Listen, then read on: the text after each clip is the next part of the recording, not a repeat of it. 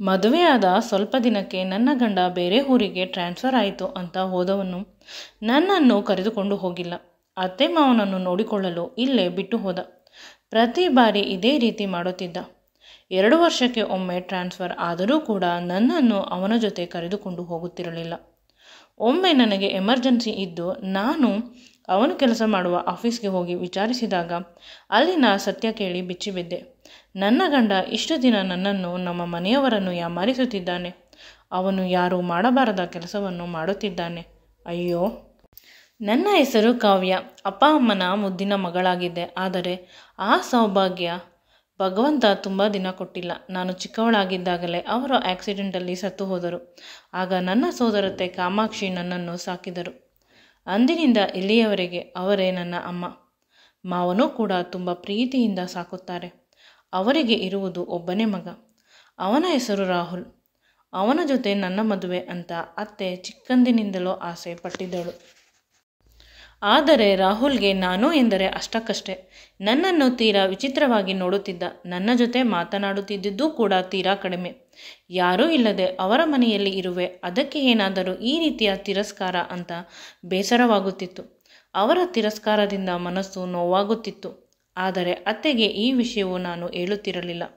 ಒಮ್ಮೊಮ್ಮೆ ಅವರೇ ಗಮನಿಸಿ ರಾಹುಲ್ಗೆ ಚೆನ್ನಾಗಿ ಬೈಯುತ್ತಿದ್ದರು. ಅವಳಿಗೆ ನಮ್ಮನ್ನು ಬಿಟ್ಟು ಯಾರಿದ್ದಾರೆ? ನಾವು ಚೆನ್ನಾಗಿ ನೋಡಿಕೊಳ್ಳಬೇಕು. ಅವಳೇನೋ ಗತಿ ಇಲ್ಲದವಳು ಅಲ್ಲ. ಅವಳ ಹೆಸರಿನಲ್ಲಿ 8 ಎಕರೆ ನೀರಾವರಿ ಜಮೀನಿದೆ. ಅತ್ತಿಗೆ ಅಣ್ಣ ಮಾಡಿರುವ ಸಿಕ್ಕಾಪಟ್ಟೆ ಆಸ್ತಿ ಇದೆ. ಇದೆಲ್ಲವನ್ನು ಕಬಳಿಸಲು ಅತ್ತಿಗೆಯ ಮನೆಯವರು ಮಗುವನ್ನು ನಮಗೇ ಕೊಡಿ, ನಾವೇ ಸಾಕುತ್ತೇವೆ ಅಂತ ತುಂಬ ಹಠ ಹಿಡಿದರು. ಮಗುವಿಗಿಂತ ಹೆಚ್ಚಾಗಿ ಅವರಿಗೆ ಆಸ್ತಿ ಬೇಕು. ನನ್ನ ಅಣ್ಣನ ಕೊನೆಯ ಜವಾಬ್ದಾರಿ ಪ್ರೀತಿ. ಇದನ್ನು ಬಿಟ್ಟರೆ ನನ್ನಂಥ ಬುದ್ಧಿ ಇಲ್ಲದವಳು ಇನ್ನಿಲ್ಲ ಅಂತ ಕರೆದುಕೊಂಡು ಬಂದೆ. ಮೊದಮೊದಲು ನಿನ್ನ ಅಜ್ಜಿ ತಾತ ತುಂಬ ಕಷ್ಟಪಡುತ್ತಿದ್ದರು. ಆನಂತರ ಅವಳ ಹೆಸರಿನಲ್ಲಿ ಇಷ್ಟೊಂದು ಆಸ್ತಿ ಇದೆ ಅಂದ ಮೇಲೆ ನಮ್ಮ ಮೊಮ್ಮಗನಿಗೆ ಅವಳನ್ನು ಮದುವೆ ಮಾಡಿಕೊಂಡು ಬಿಡೋಣ ಅನ್ನುವ ಮಾತನ್ನು ಆಡುತ್ತಿದ್ದರು ಅಂತ ಅತ್ತೆ ಹೇಳಿದ್ದರು ಅಂತ ಹೇಳಿದ್ದೆ. ಅವನು ಜೋರಾಗಿ ಕಿರುಚಿದ. ನಾನು ಚೆನ್ನಾಗಿ ಓದಿ ತುಂಬ ಆಸ್ತಿ ಸಂಪಾದನೆ ಮಾಡುತ್ತೇನೆ. ಕೇವಲ ಆಸ್ತಿಗಾಗಿ ಇವಳನ್ನು ನಾನು ಹೇಗೆ ಮದುವೆಯಾಗಲಿ? ನಾನೆಲ್ಲಿ, ಇವಳೆಲ್ಲಿ? ನಾನು ರ್ಯಾಂಕ್ ಸ್ಟೂಡೆಂಟ್, ಇವಳು ಡಲ್ ಸ್ಟೂಡೆಂಟ್. ನನಗೂ ಇವಳಿಗೂ ಹೋಲಿಕೆ ಇಲ್ಲ ಅಂತ ಹೇಳಿ ಜೋರಾಗಿ ರೂಮಿಗೆ ಹೋಗಿ ಬಾಗಿಲನ್ನು ಹಾಕಿಕೊಂಡ. ನಂತರ 3 ದಿನ ಊಟ ಮಾಡಿರಲಿಲ್ಲ. ಅಂದಿನಿಂದ ನನ್ನ ಜೊತೆ ಮದುವೆ ಮಾಡುವ ವಿಷಯದ ಬಗ್ಗೆ ಅವನ ಬಳಿ ಮಾತನಾಡುತ್ತಿರಲಿಲ್ಲ. ಬದಲಿಗೆ ನನ್ನನ್ನೇ ಒಂದು ಒಳ್ಳೆಯ ಟ್ಯೂಷನ್ಗೆ ಹಾಕಿದರು, ಚೆನ್ನಾಗಿ ಓದಲಿ ಅಂತ.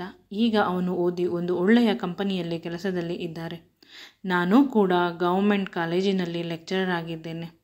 ಹೆಚ್ಚು ಕಡಿಮೆ ಅವನು ಅಷ್ಟೇ ಸಂಬಳ ಬರುತ್ತದೆ. ಆದರೆ ಈಗಲೂ ಕೂಡ ಅವನು ನನ್ನನ್ನು ಒಪ್ಪಿಕೊಳ್ಳುವುದಿಲ್ಲ. ಆದರೆ ನನ್ನ ಫ್ರೆಂಡ್ಸ್ ಜೊತೆ ತುಂಬ ಚೆನ್ನಾಗಿ ಮಾತನಾಡುತ್ತಾನೆ. ನನ್ನಿಂದ ಸ್ವಲ್ಪ ಡಿಸ್ಟೆನ್ಸ್ ಯಾವಾಗಲೂ ಮೇಂಟೈನ್ ಮಾಡುತ್ತಾನೆ. ಇದು ನನಗೆ ಹೊಸದಲ್ಲ. ಆದ್ದರಿಂದ ಏನೂ ಬೇಜಾರು ಆಗುತ್ತಿರಲಿಲ್ಲ. ನಾನು ನೆಮ್ಮದಿಯಾಗಿ ಇದ್ದೆ. ನನ್ನ ಪ್ರೊಫೆಷನ್ ನನಗೆ ತುಂಬ ಖುಷಿಯನ್ನು ನೀಡುತ್ತಿತ್ತು. ಈಗ ನನ್ನ ತಾಯಿ ಮನೆಯವರು ಬಂದು ಸಂಬಂಧವನ್ನು ಕೇಳುತ್ತಾರೆ. ನಮಗೆ ಮದುವೆ ಮಾಡಿಕೊಟ್ಟು ಬಿಡಿ, ಇಲ್ಲವಾದರೆ ನಾವೇ ಮದುವೆ ಮಾಡಿಕೊಳ್ಳುತ್ತೇವೆ. ನಮ್ಮ ಮೊಮ್ಮಗಳು ನಮ್ಮ ಕಣ್ಣ ಮುಂದೆ ಇರಲಿ ಅಂತ. ಆದರೆ ಅತ್ತೆ ಒಪ್ಪುವುದಿಲ್ಲ. ದಿನದಿಂದ ದಿನಕ್ಕೆ ಅತ್ತೆಯ ಆರೋಗ್ಯ ಹದಗೆಟ್ಟಿತು. ಆಗ ಡಾಕ್ಟರ್ ಹೇಳಿದರು, ಅವರು ಬದುಕಿದಷ್ಟೇ ದಿನ, ಇದ್ದಷ್ಟು ದಿನ ಚೆನ್ನಾಗಿ ನೋಡಿಕೊಳ್ಳಿ ಅಂತ. ಅತ್ತೆಗೆ ನನ್ನದೇ ಯೋಚನೆ. ಮಗನಿಗೆ ಮದುವೆ ಮಾಡೋಣ ಅಂದರೆ ಅವನು ಒಪ್ಪುವುದಿಲ್ಲ. ಬೇರೆ ಕಡೆ ಕೊಡೋಣ ಅಂದರೆ ಆಸ್ತಿಯನ್ನು ಬಳಸಿಕೊಂಡು ಮಗುವನ್ನು ಹೆಚ್ಚು ಕಡಿಮೆ ಮಾಡಿದರೆ. ಕೊನೆಗೆ ಮಾವ ಹೇಳುತ್ತಾರೆ, ರಾಹುಲ್ದು ಹುಡುಗು ಬುದ್ಧಿ, ದೇವರ ಮೇಲೆ ಭಾರ ಹಾಕಿಯಾದರೂ ಮದುವೆ ಮಾಡಿಬಿಡೋಣ, ನಂತರ ಇಬ್ಬರು ಸರಿ ಹೋಗುತ್ತಾರೆ ಅಂತ ಹೇಳಿದರು. ನಾನು ಒಪ್ಪಿಕೊಂಡೆ. ಆದರೆ ರಾಹುಲ್ ಒಪ್ಪಲಿಲ್ಲ. ನಂತರ ನಮ್ಮ ಫ್ಯಾಮಿಲಿ ಡಾಕ್ಟರ್ ಪದೇ ಪದೇ ಹೇಳುತ್ತಿದ್ದರು, ಚೆನ್ನಾಗಿ ನೋಡಿಕೊಳ್ಳಿ, ಏನಾದರೂ ಹೆಚ್ಚು ಕಡಿಮೆ ಆದರೆ ಕಷ್ಟ. ನಿಮ್ಮ ಅಮ್ಮನಿಗೆ ನಿನಗಿಂತ ಹೆಚ್ಚಾಗಿ ಅವರ ಸೊಸೆಯ ಬಗ್ಗೆ ಯೋಚನೆ ಜಾಸ್ತಿ. ಅವಳು ನೆಮ್ಮದಿಯಾಗಿ ಇರುತ್ತಾಳೆ ಅಂದರೆ ಇನ್ನೂ ಸ್ವಲ್ಪ ದಿನ ನಿನ್ನ ಅಮ್ಮ ಬದುಕಬಹುದು. ಯೋಚಿಸು. ನಿನ್ನ ತಾಯಿ ಬೇಗ ಸಾಯಲು ನೀನೇ ಕಾರಣವಾಗಬೇಡ. ನಂತರ ಜೀವನ ಪರ್ಯಂತ ಪಶ್ಚಾತ್ತಾಪ ಪಡುವೆ ಅಂತ ಹೇಳಿದಾಗ ರಾಹುಲ್ ಇಷ್ಟ ಇಲ್ಲದಿದ್ದರೂ ಅತ್ತೆಗಾಗಿ ಮದುವೆಯನ್ನು ಒಪ್ಪಿಕೊಂಡ. ಮದುವೆಯನ್ನು ಕೂಡ ಬಹಳ ಬೇಗ ಸಿಂಪಲ್ ಆಗಿ ಮಾಡಿಬಿಟ್ಟರು. ಜಾಸ್ತಿ ಜನಗಳಿಗೆ ಹೇಳಲಿಲ್ಲ. ಅತ್ತೆಯ ಆರೋಗ್ಯ ಸರಿಯಿಲ್ಲ. ಓಡಾಡುವರು ಅತ್ತೆ. ಅವರೇ ಮಲಗಿರಬೇಕಾದಾಗ ಗ್ರ್ಯಾಂಡ್ ಆಗಿ ಹೇಗೆ ಆಗುತ್ತದೆ? ಅತ್ತೆ ನಮ್ಮಿಬ್ಬರ ಮದುವೆಯನ್ನು ಕಣ್ತುಂಬಿಕೊಂಡು ಖುಷಿಯಿಂದ ಇದ್ದರು. ಅಷ್ಟು ಖುಷಿಯಾಗಿ ಅವರು ಇದ್ದಿದ್ದನ್ನು ನಾನು ಜೀವನದಲ್ಲೇ ನೋಡಿಲ್ಲ. ಅದೃಷ್ಟ ಮಾಡಿದ್ದೆ. ಇಂತಹ ಅತ್ತೆಯನ್ನು ನನಗೆ ಕೊಟ್ಟಿದ್ದಾರೆ ದೇವರು. ಭವಿಷ್ಯ ನನ್ನ ತಂದೆ ತಾಯಿ ಇದ್ದರೂ ಇಷ್ಟೊಂದು ಪ್ರೀತಿ ಮಾಡುತ್ತಿರಲಿಲ್ಲವೇನೋ ಅಂತ ಅನಿಸುತ್ತದೆ. ಕಣ್ಣುಗಳು ತುಂಬಿ ಬಂತು ಆನಂದದಿಂದ. ಮೊದಲ ರಾತ್ರಿ ಪ್ರತಿ ಹೆಣ್ಣಿಗೂ ಕೂಡ ಸುಂದರವಾದ ಸ್ವರ್ಗವಾಗಿರುತ್ತದೆ. ಆದರೆ ನನ್ನ ಬದುಕಿನಲ್ಲಿ ಎಲ್ಲ ವಿರುದ್ಧ. ನನ್ನ ಮುಖ ಕೂಡ ನೋಡಿಲ್ಲ. ಗೋಡೆಯ ಕಡೆ ತಿರುಗಿ ಮಲಗಿದ. ಎಷ್ಟೋ ತಿಂಗಳುಗಳು ಕೂಡ ಇದೇ ರೀತಿ ಇದ್ದ. ಮೊದಮೊದಲು ದುಃಖವಾಗುತ್ತಿತ್ತು. ನಂತರ ಅತ್ತೆಗಾಗಿ ಅಡ್ಜಸ್ಟ್ ಮಾಡಿಕೊಂಡೆ. ನಮ್ಮಿಬ್ಬರ ಸಂಸಾರ ಸರಿಯಿಲ್ಲ ಅಂದರೆ ಅತ್ತೆಗೆ ತುಂಬ ನೋವಾಗುತ್ತದೆ. ಮದುವೆಯಾಗಿ 2 ವರ್ಷವಾದರೂ ಇನ್ನೂ ಒಂದು ಬಾರಿ ಕೂಡ ನನ್ನನ್ನು ಮುಟ್ಟಿಲ್ಲ. ಅತ್ತೆ ಪದೇ ಪದೇ ಕೇಳುತ್ತಾರೆ, ಯಾವಾಗ ಮೊಮ್ಮಗುವನ್ನು ಕೊಡುತ್ತೀಯ ಅಂತ. ಮದುವೆಯಾದ ಸ್ವಲ್ಪ ದಿನಕ್ಕೆ ಇವರು ಟ್ರಾನ್ಸ್ಫರನ್ನು ತೆಗೆದುಕೊಂಡರು. ಆಗಿಂದ ವಾರಕ್ಕೆ 1 ಸಲ ಬಂದು ಹೋಗುತ್ತಾರೆ. ಬಂದಾಗ ಜಾಸ್ತಿ ಅತ್ತೆ ಮಾವನ ಜೊತೆ ಇರುತ್ತಾರೆ. ನನ್ನ ಜೊತೆ ಅಷ್ಟಕ್ಕಷ್ಟೇ. ಅಪ್ಪ ಅಮ್ಮನನ್ನು ಚೆನ್ನಾಗಿ ನೋಡಿಕೊ, ಅವರಿಗೆ ಮಾತ್ರೆಗಳನ್ನು ಕೊಡು, ಕಾಲಕಾಲಕ್ಕೆ ಡಾಕ್ಟರ್ ಚೆಕಪ್ಗೆ ಕರೆದುಕೊಂಡು ಹೋಗು, ಈ ರೀತಿಯ ಅನವಶ್ಯಕ ಮಾತುಗಳನ್ನು ಆಡುತ್ತಾರೆ.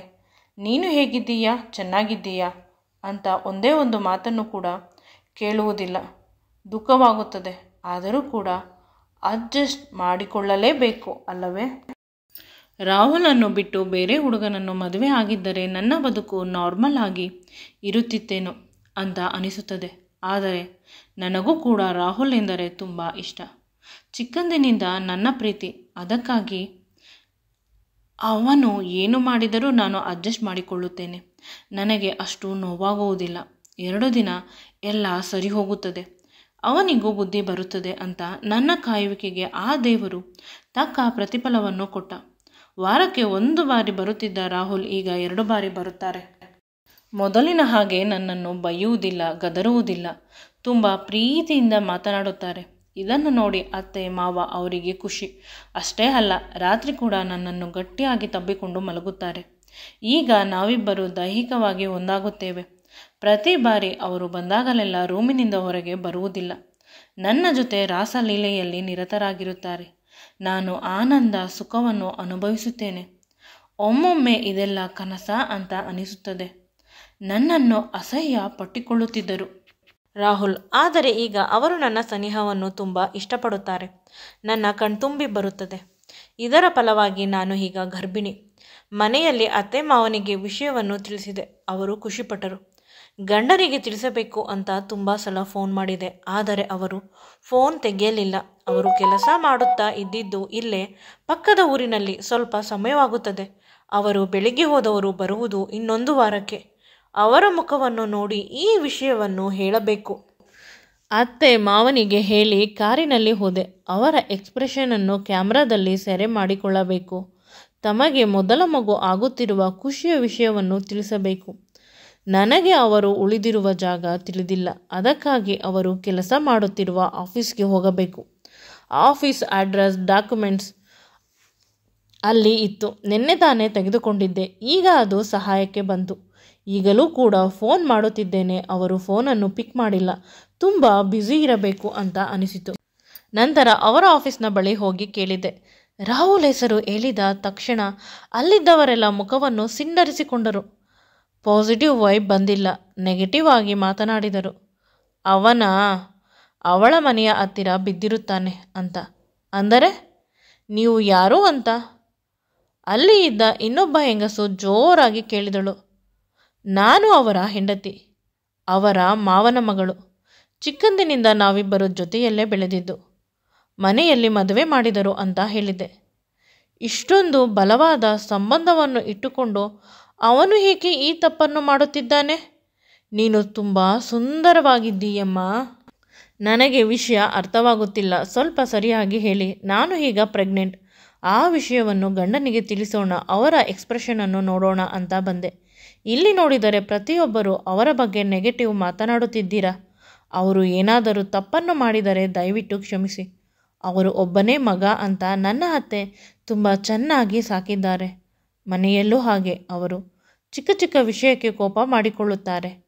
ನಾವೆಲ್ಲ ಎಲ್ಲವನ್ನು ಅಡ್ಜಸ್ಟ್ ಮಾಡಿಕೊಳ್ಳುತ್ತೇವೆ ಅಂತ ಕೈ ಮುಗಿದು ಕೇಳಿದೆ. ಒಂದು ಕ್ಷಣ ಆಫೀಸ್ ಮೌನವಾಗಿತ್ತು. ಆ ಮೌನ ನನಗೆ ಭಯವಾಗುತ್ತಿತ್ತು. ಏಕೆಂದರೆ ನನ್ನ ಗಂಡನ ಬಗ್ಗೆ ತುಂಬ ಕೆಟ್ಟ ವಿಷಯ ಇರಬಹುದು. ಆಗ ಆ ವಯಸ್ಸಾದ ಹೆಂಗಸು, ನಿನ್ನ ಗಂಡ ಈ ಆಫೀಸ್ನಲ್ಲಿ ಕೆಲಸ ಮಾಡುವ ಒಬ್ಬಳು ಸುಂದರಿಯ ಹಿಂದೆ ಬಿದ್ದಿದ್ದಾನೆ. ಯಾವಾಗಲೂ ಅವರ ಮನೆಯಲ್ಲಿ ಇರುತ್ತಾನೆ. ಆಫೀಸ್ನಲ್ಲಿ ಸರಿಯಾಗಿ ಕೆಲಸ ಮಾಡುವುದಿಲ್ಲ. ಆ ಸುಂದರಿ ಅಪ್ಪ, ಈ ಆಫೀಸ್ನ ಬಾಸ್, ಇಬ್ಬರೂ ಕೂಡ ಫ್ರೆಂಡ್ಸ್. ಅದಕ್ಕಾಗಿ ನಿನ್ನ ಗಂಡನನ್ನು ಇನ್ನೂ ಕೆಲಸದಿಂದ ತೆಗೆದುಹಾಕಿಲ್ಲ. ಯಾವಾಗಲೂ ಅವಳ ಮನೆಯಲ್ಲಿ ಇರುವುದು. ರಾತ್ರಿ ಕೂಡ ಇಬ್ಬರು ಒಂದೇ ರೂಮಿನಲ್ಲಿ ಇರುತ್ತಾರಂತೆ. ಇಬ್ಬರು ಇನ್ನೇನೋ ಮದುವೆ ಆಗುತ್ತಾರೆ ಅನ್ನುವ ವಿಷಯ ಕಿವಿಗೆ ಬಿದ್ದಿತ್ತು. ಅದು ಎಷ್ಟು ಸತ್ಯ ಅಂತ ತಿಳಿದಿಲ್ಲ. ಆಫೀಸ್ನ ವಾರ್ಡ್ ಬಾಯ್ ಅವರ ಮನೆ ಹತ್ತಿರ ನನ್ನನ್ನು ಕರೆದುಕೊಂಡು ಹೋದ. ಆ ಮನೆ ಆಫೀಸ್ನಿಂದ ಸ್ವಲ್ಪ ಹತ್ತಿರವೇ. ನನಗೆ ಅಷ್ಟೊಂದು ಆಯಾಸವಾಗಲಿಲ್ಲ. ಬಂದಾಗ ತುಂಬ ಖುಷಿಯಾಗಿದ್ದೆ. ಈಗ ಈ ವಿಷಯಗಳನ್ನು ಕೇಳಿ ತುಂಬ ದುಃಖವಾಗುತ್ತಿದೆ. ಆದರೆ ಯಾರ ಹತ್ತಿರ ನನ್ನ ಸಂಕಟವನ್ನು ತೋಡಿಕೊಳ್ಳಲಿ? ನನ್ನ ಗಂಡ ಎಂಥ ಪಾಪಿ. ಆದರೂ ಕೂಡ ಮನಸ್ಸು ನಂಬುತ್ತಿಲ್ಲ. ಪ್ರತ್ಯಕ್ಷವಾಗಿ ಕಂಡರೂ ಪ್ರಾಮಾಣಿಸಿ ನೋಡಬೇಕು ಅಂತ ಹೋದೆ. ಆದರೆ ಅಲ್ಲಿ ಒಂದು ಆಶ್ಚರ್ಯ ಕಾದಿತ್ತು. ನನ್ನ ಗಂಡ ಅವರ ಮನೆಯಲ್ಲಿ ಮನೆ ಒರೆಸುತ್ತಿದ್ದಾನೆ. ಅವಳು ಕಾಲು ಮೇಲೆ ಕಾಲು ಹಾಕಿಕೊಂಡು ಕುಳಿತಿದ್ದಾಳೆ ಜಂಬದಿಂದ. ಸ್ವಲ್ಪ ಹೊತ್ತು ಶಾಕ್ ಆಯಿತು. ಹಾಗೆ ನಿಂತುಕೊಂಡು ನೋಡುತ್ತಿದ್ದೆ. ನಾನು ಬಂದ ವಿಷಯ ನನ್ನ ಗಂಡನಿಗೆ ತಿಳಿದು ತುಂಬ ಬೇಸರ ಮಾಡಿಕೊಂಡ. ನೀನು ಇಲ್ಲಿಗೆ ಹೇಗೆ ಬಂದೆ ಅಂತ ನನ್ನನ್ನು ಹೊರಗಡೆ ಕರೆದುಕೊಂಡು ಬಂದ. ಇಲ್ಲೇ ಮಾತನಾಡಿ ಹೊರಗಡೆ ಕರೆದುಕೊಂಡು ಹೋಗುವ ಅವಶ್ಯಕತೆ ಇಲ್ಲ ಅಂತ ಹೇಳಿದೆ. ಆಗ ಅವರು ಹೇಳುತ್ತಾರೆ, ನನಗೆ ಇಷ್ಟವಿಲ್ಲ ಇಲ್ಲಿ ಕೆಲಸ ಮಾಡಲು. ಆದರೆ ಇಲ್ಲಿ ಕೆಲಸ ಮಾಡಿಲ್ಲವಾದರೆ, ಇವಳ ಜೊತೆ ಸರಿಯಾಗಿ ಇಲ್ಲವಾದರೆ ಇವಳು ನನ್ನ ಕೆಲಸವನ್ನು ಕಿತ್ತು ಹಾಕುತ್ತಾಳೆ. ಬೇರೆ ಕಡೆ ಕೆಲಸ ಸಿಗದಂತೆ ಮಾಡುತ್ತಾಳೆ. ಮೊದಲು ಇಷ್ಟಪಟ್ಟು ಇದ್ದೆ ಅವಳ ಜೊತೆ. ಆದರೆ ಈಗ ಅವಳು ತಲೆನೋವು ಆಗಿದ್ದಾಳೆ. ನೀನು ಇಲ್ಲಿ ತುಂಬ ಹೊತ್ತು ಇರಬೇಡ, ಮನೆಗೆ ನಡೆ. ಎಲ್ಲ ವಿಷಯವನ್ನು ಹೇಳುತ್ತೇನೆ. ನಿನ್ನನ್ನು ನೋಡಿ ಅವಳು ನಿನಗೆ ಏನಾದರೂ ತೊಂದರೆಯನ್ನು ಮಾಡುತ್ತಾಳೆ ಅಂತ ಭಯದಿಂದ ನನ್ನ ಗಂಡ ನನ್ನನ್ನು ಮನೆಗೆ ಕಳುಹಿಸಿದ. ನಾನು ಮನೆಗೆ ಬಂದು ಅತ್ತೆ ಮಾವನಿಗೆ ಯಾವುದೇ ವಿಷಯವನ್ನು ಹೇಳಿಲ್ಲ. ಕ್ಲಿಯರ್ ಆಗಿ ನನಗೆ ಯಾವ ವಿಷಯದ ಬಗ್ಗೆ ತಿಳಿದಿಲ್ಲ. ಅವರು ಬರಲಿ, ಒಮ್ಮೆ ಮಾತನಾಡಲಿ, ಆನಂತರ ಅಂತ ಅವರಿಗಾಗಿ ಕಾಯುತ್ತಾ ಕುಳಿತೆ. ಮನೆಗೆ ಬಂದವರು ರೂಮಿನಲ್ಲಿ ಇದ್ದ ನನ್ನನ್ನು ಗಟ್ಟಿಯಾಗಿ ತಬ್ಬಿಕೊಂಡು ಅಳಲು ಶುರು ಮಾಡಿದರು. ಪ್ಲೀಸ್, ನನ್ನನ್ನು ಕ್ಷಮಿಸು. ನಿನಗೆ ಮತ್ತು ಅಪ್ಪ ಅಮ್ಮನಿಗೆ ತುಂಬ ಮೋಸ ಮಾಡಿದ್ದೇನೆ. ಆ ಮೋಸದ ಫಲ ಇಂದು ನಾನು ಅನುಭವಿಸುತ್ತಿದ್ದೇನೆ. ನಮ್ಮ ಬಾಸ್ನ ಫ್ರೆಂಡ್ನ ಮಗಳು ನಾನು ಆಫೀಸ್ಗೆ ಹೋದ ದಿನದಿಂದಲೂ ನನ್ನನ್ನು ಇಷ್ಟಪಟ್ಟಿದ್ದಳು. ನಿನಗೆ ಮೊದಲೇ ತಿಳಿದಿರುವ ಹಾಗೆ ನಾನಾಯಿತು, ನನ್ನ ಕೆಲಸವಾಯಿತು.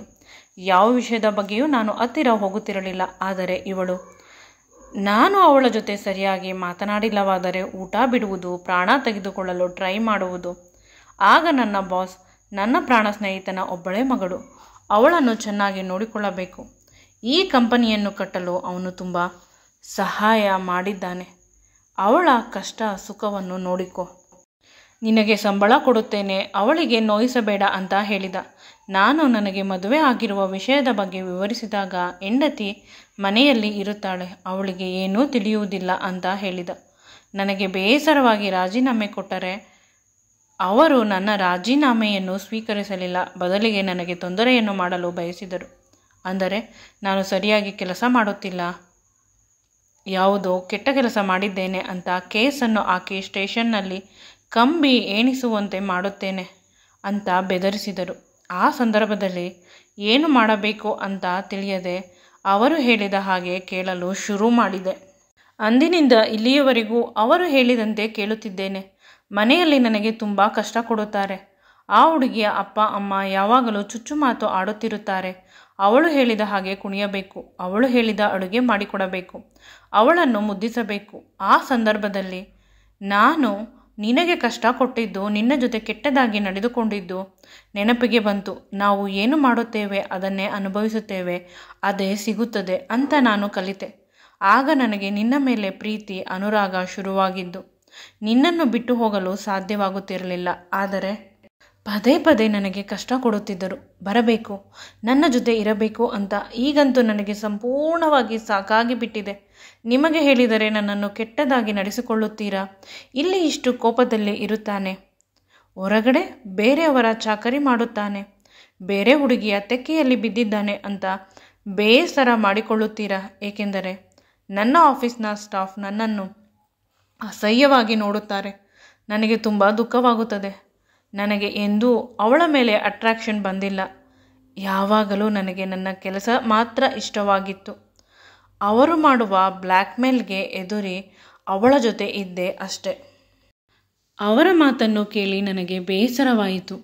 ಇಷ್ಟು ಓದಿ ಇಷ್ಟು ತಿಳುವಳಿಕೆ ಉಳ್ಳವರಾಗಿ ಯಾರೋ ಬೀಸಿದ ಬಲೆಯಲ್ಲಿ ಹೇಗೆ ಬೀಳುತ್ತೀರಾ? ನೀವು ಪೊಲೀಸ್ ಕಂಪ್ಲೇಂಟ್ ಕೊಡಬಹುದಿತ್ತಲ್ಲವೇ ಅಂತ ಹೇಳಿದೆ. ಅದನ್ನು ಟ್ರೈ ಮಾಡಿದ್ದೇನೆ. ಅವರ ಅಪ್ಪನಿಗೆ ತುಂಬ ಇನ್ಫ್ಲೂಯೆನ್ಸ್ ಇರುವುದರಿಂದ ದುಡ್ಡು ಕೊಟ್ಟು ಎಲ್ಲರ ಬಾಯನ್ನು ಮುಚ್ಚಿಸುತ್ತಾರೆ. ಕೊನೆಗೆ ನಿನ್ನ ಮತ್ತು ಅಪ್ಪ ಅಮ್ಮನ ಹೆಸರನ್ನು ಹೇಳಿ ಬ್ಲ್ಯಾಕ್ಮೇಲ್ ಮಾಡುತ್ತಾರೆ. ಅದು ಇನ್ನೂ ನೋವಾಗುತ್ತದೆ. ನಿಮ್ಮ ಮೇಲೆ ಎಷ್ಟು ಕೂಗಾಡಿದರು, ಎಷ್ಟು ರಫ್ ಆಗಿ ನಾನು ಮಾತನಾಡಿದರು. ಒಂದು ಪ್ರೀತಿ ಅನುರಾಗ ಇದೆ. ನೀವೆಲ್ಲ ನನ್ನವರು, ನನ್ನ ಮನೆಯವರು ಅಂತ. ನಿಮಗೆ ನೋವಾದರೆ ನನಗೂ ಕೂಡ ನೋವಾಗುತ್ತದೆ. ಅವರನ್ನು ಗಟ್ಟಿಯಾಗಿ ತಬ್ಬಿಕೊಂಡು ಅವರ ತುಟಿಗಳಿಗೆ ಮುತ್ತು ಕೊಟ್ಟೆ. ನಾನು ಈಗ ಪ್ರೆಗ್ನೆಂಟ್, ನಿಮ್ಮ ಮಗುವಿನ ತಾಯಿ ಆಗುತ್ತಿದ್ದೇನೆ. ಪ್ರತಿ ಕ್ಷಣ ನೀವು ನನ್ನ ಜೊತೆಯಲ್ಲೇ ಇರಬೇಕು ಅಂತ ಹೇಳಿದೆ. ಆಗ ಅವರು ಬೇಸರ ಮಾಡಿಕೊಂಡರು. ಕೊನೆಗೆ ಅವರ ಕೈಯನ್ನು ಹಿಡಿದುಕೊಂಡು SP ಆಫೀಸ್ ಬಳಿ ಹೋಗಿ ಒಂದು ದೊಡ್ಡ ಕಂಪ್ಲೇಂಟನ್ನು ಬರೆದುಕೊಟ್ಟೆ. ಅವರು ನನ್ನ ಗಂಡನನ್ನು ಬ್ಲ್ಯಾಕ್ಮೇಲ್ ಮಾಡುತ್ತಿರುವುದು ಮತ್ತು ವಿಚಾರಣೆ ಮಾಡದೇ ಇರುವುದು ನಮಗೆ ಇರುವ ಜೀವ ಬೆದರಿಕೆ. ಈ ಕಂಪ್ಲೇಂಟನ್ನು ನೋಡಿ SP ಸಾಹೇಬರು ತುಂಬ ಸಹಾಯ ಮಾಡಿದರು. ಏಕೆಂದರೆ ಅವರು ನನ್ನ ಸತ್ತು ಹೋದ ತಾಯಿಯ ಸ್ವಂತ ಅಣ್ಣ. ಈ ವಿಷಯ ನನ್ನ ಗಂಡ ಬಾಸ್ ಕಡೆಯವರಿಗೆ ತಿಳಿದು ಅವರು ಇವರನ್ನು ಬ್ಲ್ಯಾಕ್ಮೇಲ್ ಮಾಡುವುದನ್ನು ನಿಲ್ಲಿಸಿದರು. ನನ್ನ ಮಾವನಾದ SP ಸಾಹೇಬರು ಕ್ಲಿಯರ್ ಆಗಿ ಹೇಳಿಬಿಟ್ಟಿದ್ದರು, ನಮ್ಮ ಮಗುವಿಗೆ ತೊಂದರೆ ಮಾಡಿದರೆ ನಾನು ಯಾವ ಲೆವೆಲ್ಗೆ ಬೇಕಾದರೂ ಇಳಿಯಲು ಸಿದ್ಧ. ಕೆಲಸಕ್ಕೆ ಬಂದ ವರ್ಕರ್ಗಳು ತಮ್ಮ ಸಂಸಾರವನ್ನು ಸಾಕಲು ಬರುತ್ತಾರೆ. ಆದರೆ ನೀವುಗಳು ನಿಮ್ಮ ಮಕ್ಕಳು, ನಿಮ್ಮ ಗೆಳೆಯನ ಮಕ್ಕಳ ಚಾಕರಿ ಮಾಡಲು, ಅವರ ಜೊತೆ ರೊಮ್ಯಾನ್ಸ್ ಮಾಡಲು ಇಟ್ಟುಕೊಳ್ಳುತ್ತೀರಾ? ನಾಚಿಕೆ ಆಗುವುದಿಲ್ಲವೇ ಅಂತ ಚೆನ್ನಾಗಿ ಬೈದರು. ಕೊನೆಗೆ ಅವರೆಲ್ಲ ಇವರ ಹತ್ತಿರ ಕ್ಷಮೆ ಕೇಳಿದರು. ಇನ್ನು ಇವರ ಸಹವಾಸಕ್ಕೆ ಬರುವುದಿಲ್ಲ ಅಂತ. ಅದೇ ರೀತಿ ಆಯಿತು. ನನ್ನ ಗಂಡನ ತಲೆಯ ಮೇಲೆ ಇದ್ದ ನಕಾರಾತ್ಮಕ ಶಕ್ತಿಗಳೆಲ್ಲ ಕೆಳಗೆ ಹೋದವು. ಅವರ ಸರ್ಟಿಫಿಕೇಟನ್ನು ಎಲ್ಲವನ್ನು ಹಿಂತಿರುಗಿಸಿಕೊಟ್ಟರು. ಆ ಕಂಪನಿಯಿಂದ ಬರಬೇಕಿದ್ದ ಎಲ್ಲ ದುಡ್ಡು ಕೂಡ ಬಂತು. ಇನ್ನು ಆ ಕಡೆ ತಲೆ ಹಾಕಿ ಮಲಗುವುದಿಲ್ಲ ಅಂತ ಹೊಸ ಕಡೆ ಕೆಲಸಕ್ಕೆ ಸೇರಿಕೊಂಡರು. ಈಗ ಬಹಳ ಬೇಗ ಮನೆಗೆ ಬರುತ್ತಾರೆ. ಇಬ್ಬರು ಹೊರಗಡೆ ಹೋಗುತ್ತೇವೆ, ಇಷ್ಟವಾದುದನ್ನು ತಿನ್ನುತ್ತೇವೆ. ಪ್ರತಿ ಕ್ಷಣವೂ ಕೂಡ ಒಬ್ಬರಿಗಾಗಿ ಒಬ್ಬರು ಬದುಕುತ್ತೇವೆ. ನಾವಿಬ್ಬರು ಮೇಡ್ ಫಾರ್ ಈಚ್ ಅದರ್ ಅನ್ನುವ ರೀತಿ ಇದ್ದೇವೆ. ನನಗೆ ಈಗ 7 ತಿಂಗಳ ಸೀಮಂತ ಕೂಡ ಮಾಡಿದರು. ನನ್ನ ತಾಯಿಯ ಮನೆಯವರು, ಅದರಲ್ಲೂ ಸ್ಪೆಷಲ್ ಆಗಿ ನನ್ನ SP ಮಾವ ಅವರು ಬಂದಿದ್ದರು. ಅವರು ಬಂದು ನನಗೆ ಆಶೀರ್ವಾದ ಮಾಡಿದರು. ತಾಯಿಯ ಮನೆಯಿಂದ ಬರಬೇಕಾಗಿದ್ದ ಎಲ್ಲ ಗೌರವಗಳನ್ನು ಕೊಟ್ಟರು, ಎಲ್ಲ ಉಡುಗೊರೆಯನ್ನು ಕೊಟ್ಟರು. ತುಂಬ ಹೃದಯದಿಂದ ನನ್ನನ್ನು ಆಶೀರ್ವಾದ ಮಾಡಿದರು. ಅತ್ತೆ ಇವರನ್ನೆಲ್ಲ ನಾನು ಚಿಕ್ಕವಳಾಗಿದ್ದಾಗ ನನ್ನ ಹತ್ತಿರ ಸೇರಿಸುತ್ತಿರಲಿಲ್ಲ. ಏನಾದರೂ ತೊಂದರೆ ಮಾಡುತ್ತಾರೆ ಅಂತ ಓವರ್ ಪ್ರೊಟೆಕ್ಟಿವ್ ಆಗಿ ಇದ್ದರು. ಆದರೆ ಅವರೆಲ್ಲ ತುಂಬ ಒಳ್ಳೆಯವರು. ನನ್ನ ತಂಗಿಯ ಕೊನೆಯ ಅಂಶ ಅಂತ ಭಾವಿಸಿ ನನ್ನನ್ನು ಪ್ರೀತಿಸುತ್ತಾರೆ, ನನ್ನ ಸೌಕರ್ಯ ನೋಡುತ್ತಾರೆ. ನಾನು ಈಗ ತುಂಬ ಖುಷಿಯಾಗಿದ್ದೇನೆ, ನೆಮ್ಮದಿಯಾಗಿ ಇದ್ದೇನೆ. ಬದುಕಿನ ಬಗ್ಗೆ, ದೇವರ ಬಗ್ಗೆ ಯಾವುದೇ ಕಂಪ್ಲೇಂಟ್ ಇಲ್ಲ. ಅತ್ತೆಯ ಆರೋಗ್ಯ ತುಂಬ ಹದಗೆಟ್ಟಿತ್ತು, ಸತ್ತೇ ಹೋಗುತ್ತಾರೆ ಅಂತ ಅಂದುಕೊಂಡಿದ್ದೆವು. ಆದರೆ ನನ್ನ ಮತ್ತು ರಾಹುಲ್ನ ಮದುವೆ ನಂತರ ಸಂಪೂರ್ಣವಾಗಿ ಸುಧಾರಿಸಿದರು. ಅದಕ್ಕಿಂತ ಹೆಚ್ಚಿಗೆ ಮಕ್ಕಳಾಗುತ್ತದೆ ಅಂತ ಅಂದ ಮೇಲೆ ಇನ್ನೂ ಕೂಡ ಅವರ ಆರೋಗ್ಯ ಸುಧಾರಿಸಿತು. ನಾನು ಚಿಕ್ಕವಳು ಆದ ದಿನದಿಂದಲೂ ಕೂಡ ರಾಹುಲ್ ಎಂದರೆ ನನಗೆ ತುಂಬ ಒಂದು ರೀತಿ ಪ್ರೀತಿ, ಇಷ್ಟ. ಆದರೆ ಅವನೇ ನನ್ನ ಜೊತೆ ಸೇರುತ್ತಿರಲಿಲ್ಲ. ನನ್ನ ಆ ಬಯಕೆಯನ್ನು ದೇವರು ಈಗ ಈಡೇರಿಸಿದ್ದಾನೆ. ರಾಹುಲ್ ಅಷ್ಟು ದಿನ ಚೆನ್ನಾಗಿ ನೋಡಿಕೊಂಡಿಲ್ಲ, ಅದನ್ನು ಈಗ ಫುಲ್ಫಿಲ್ ಮಾಡುತ್ತಿದ್ದಾನೆ. ಅವನ ಪ್ರೀತಿಯಿಂದ, ಅವನ ಪ್ರೀತಿಯ ಸೇವೆಯಿಂದ. ಈ ವಿಡಿಯೋ ನಿಮಗೆ ಇಷ್ಟವಾಗಿದ್ದಲ್ಲಿ ನನ್ನ ಚಾನಲನ್ನು ಲೈಕ್ ಮಾಡಿ, ಶೇರ್ ಮಾಡಿ ಮತ್ತು ಸಬ್ಸ್ಕ್ರೈಬ್ ಮಾಡಿ. Thank you.